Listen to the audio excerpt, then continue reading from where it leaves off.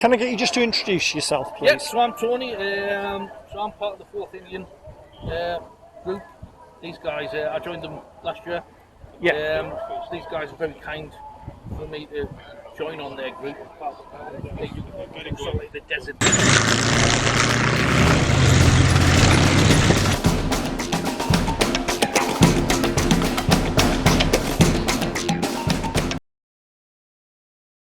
Theme. One of the reasons why I want to do the desert theme is because being ex-military, I used to have to wear KF shirts. Yeah. It's the crap out of us. I remember them. I cannot wear battle dress. And these guys went, well, we wear this stuff. It's nice and light. And I went, right, that's for me. So what I did, I spent a full year redoing my Jeep into what you see here today. So this is based on a LRDG command vehicle. So this specific command vehicle would have been scrounged from the SES when they were finished with their vehicle or their excess. So as you can see, it's got all your German jerry cans on it. Yeah. Because the British used fuel cans like we've got here. They don't hold as much. These hold a hell of a lot.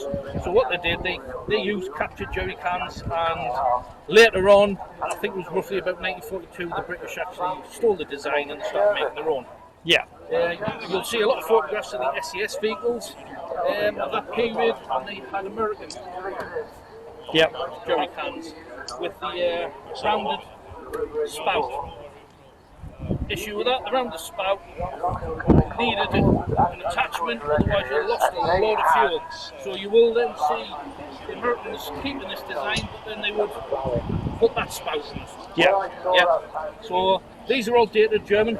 So I think roughly the first jerry cans, they were all grey in colour, and then later jerry cans, when they were made, they started painting them like deserts.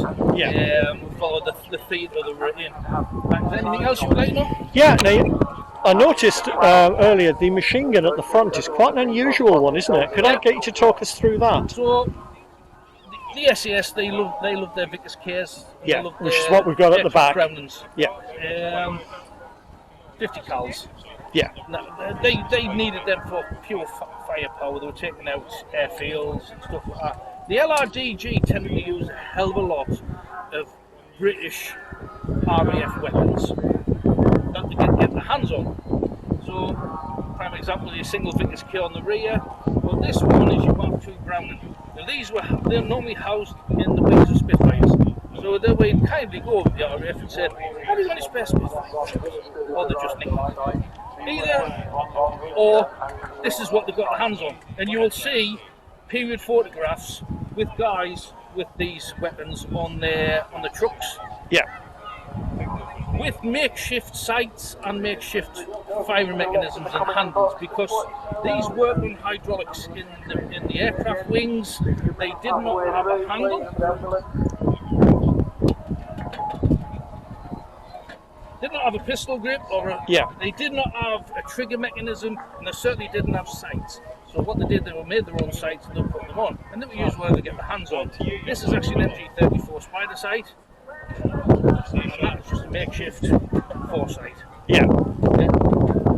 They made their own ammunition carriers and used what ammo boxes they can get. And you can actually see there is photographs of them using the Vickers ammo tins on the side in makeshift baskets. This hasn't got the firing mechanism, but in some of the pictures you'll see is some weird and wonderful contraption that would come down and would come across with a big pistol grip where they could actually shoot this. Yeah. So this is your Mark II Browning, housed in your Spitfires and your Hurricanes and things like that. Yeah. No, it's quite interesting. It makes sense. You have them floating around. Use them. There was, the RAF were there was airfields, and they nicked whatever they could get their hands on. They'd use the Lewis gun, they'd use the other Vickers, they use whatever they could get their hands on. Yeah. Because the LRDG, unlike the SES, they were out there to map the desert, they would do recce, they would recce on the enemy, where the SES wanted to just go and basically take out airfields and do mass destruction. Yeah, I mean, they did work quite considerably together at the start, they did. Didn't they? Without the SES learnt a hell of a lot from the LRDGs, and one of the main things they learned was how to get out and about around the deserts. So they modified their vehicles, Yeah. and the LRDG showed them how to do that. Yeah. So what modifications did they make to the? So they'd have a condenser on the front, Yeah. or they'd have a condenser on the side, especially on the Chevy trucks, what the LRDG had, because with it being hot, your radiator would overheat, you would lose the water, it would then go into this condenser and then re-evaporate back into the system. Yeah. So that's what they started putting on. They would have spare tyres, pretty much carry what the company self-sufficient out in the desert. So Yeah. this vehicle has 2 spares. They would have a massive fuel. Yeah. Generally, the LRDG would go 9 hours a 10 in convoy, so they'd have all the trucks and they'd have a command vehicle, so the trucks would carry a lot of the spares, water and fuel. With this being an XSS Jeep, the brackets are on there, the jerry cans are on there, so they would carry their own water, carry their own fuel as well. Yeah. Just to be able to survive and get out and about. Yeah. No, that makes perfect sense. I'm always surprised the LRDG sort of died away after the Second World War. So I suppose it was the SAS taking over that role, wasn't it, later on when they were reformed? No, actually, I think the LRDG was still going on even when the SAS went off to do weird and wonderful things in Italy and stuff like that. The LRDG was still there. Yeah, I know you had things like Popsky's Private Army that were again fulfilling the similar sort of role. But yeah, I mean, in many ways, this is almost like the precursor to the SAS Pink Panthers from the 60s, isn't it, really? Yeah. You know, it is fascinating to see that. And the one thing that surprised me when I was doing some research a little while ago is the fact that, obviously, you're attached to the Indian reenactment guys. Yeah. I was surprised to find that the Indians had a similar unit to the LRDG.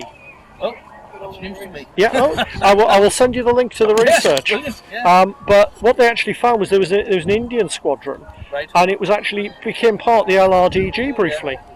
So. Well, Steve, who runs the group, he's not here at the moment. He'll pop that later on. He'll give you an amazing insight into the 4th Indians and what he does, and he has a lot of information. Yeah, because I do think the Indian army has been forgotten very much. Oh, definitely.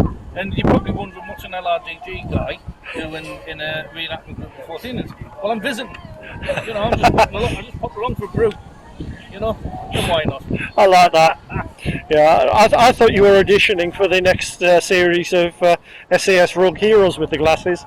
Oh well, yeah, these are the ones. I just had to get them. And my mate had a pair, and he offered them, and I says, "Yeah, I need a pair of them." Mate. Yeah. So, I mean, do you find? I mean, what got you into reenactment? So I did World War II airsoft with a really great bunch of guys back in the day. Yeah. That kind of fizzled out over time. I've got mates, and we go to Croatia to play airsoft in Visionada, which was the village in Kelly's Heroes, and in SAS Rogue Heroes, the 2nd season. Went all the way there, a game, and it was amazing. So this is a bit of a... I left the military 3 years ago. Yeah. I just want something to do. I had the Jeep, and I just went, I need to do something. I don't want to go running around. I just chill out, show the Jeep, have a chat with people like you, because these shows are amazing. So I just wanted to sort of just do something. Yeah. Have a hobby. Have something to do. My wife would say, "Get out of that. Get out of my way for a bit." Yeah. Well, she came with us.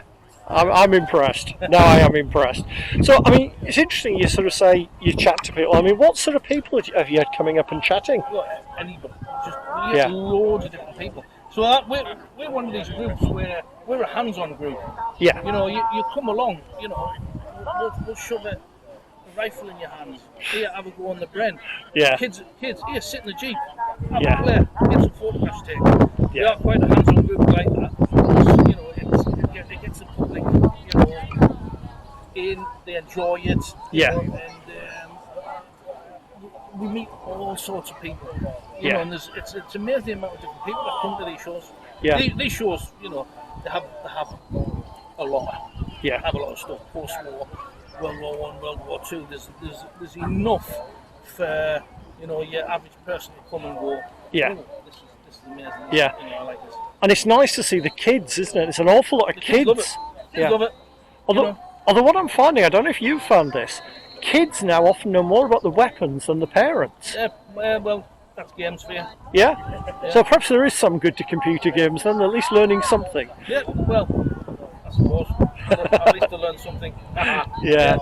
But no, it's it's a great way of getting kids into history, I think. Yeah. Because one of the problems now is the generation who did this sort of stuff is dying out. Oh, yeah.